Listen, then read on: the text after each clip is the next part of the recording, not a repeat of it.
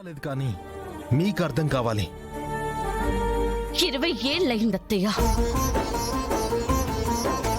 మీరు మనస్ఫూర్తిగా నవ్వడం చూసి, ప్రశాంతంగా పడుకోవడం చూసి, చెయ్యని తప్పుకి మావయ్య గారు చనిపోయారు.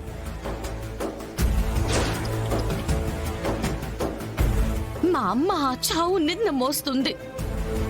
మీరు బాధపడుతున్నారు. ఇన్నేళ్లు మన కుటుంబం అందరి ముందు తలదించుకునే ఉంది. మన కష్టానికి కన్నీళ్ళకి కారణమైన వాళ్ళని ఎలా వదిలేయమంటారు అత్తయ్య?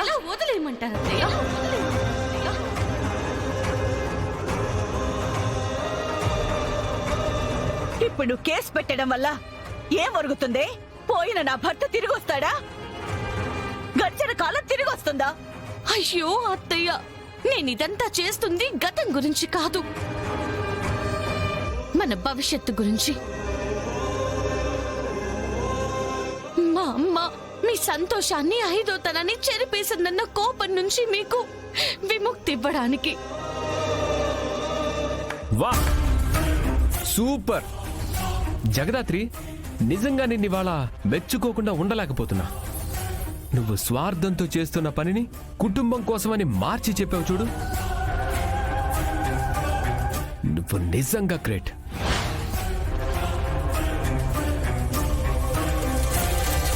అందరూ మనలాగా స్వార్థంగా ఆలోచిస్తారనుకోవడం మూర్ఖత్వం యువరాజ్.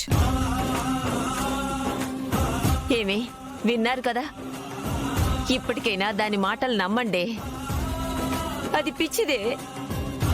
ఇదంతా చేస్తున్నది మన కోసమేనే. మనం దానికి సాయం చేయకపోయినా పర్లేదు కానీ ఇలా అడ్డుపడద్దు. అవునా అత్తయ్య? అడ్డుపడొద్దా? మరి ఇంట్లో ఉన్న 2 ఆడపిల్లల్ని ఎప్పటికీ మన ఇంట్లోనే ఉంచేసుకుందామా? ఇంట్లో ఉంచుకోవడం ఏంటి పిన్ని? సిరి పెళ్లి జరిగిపోతుంది కదా. నువ్వు మా ఇంట్లో ఉండగా ఇంకా పెళ్ళెక్కడ జరుగుతుందమ్మా? తమర్ని పిలవాలనుకున్న 10 నిమిషాలకే పెళ్లి కొడుకు వాళ్ళు గ్యాంగ్స్టర్స్ తో గొడవలు పెట్టుకుంటున్నా ఇలాంటి సంబంధం మాకొద్దు అని చెప్పి వెళ్ళిపోయారు.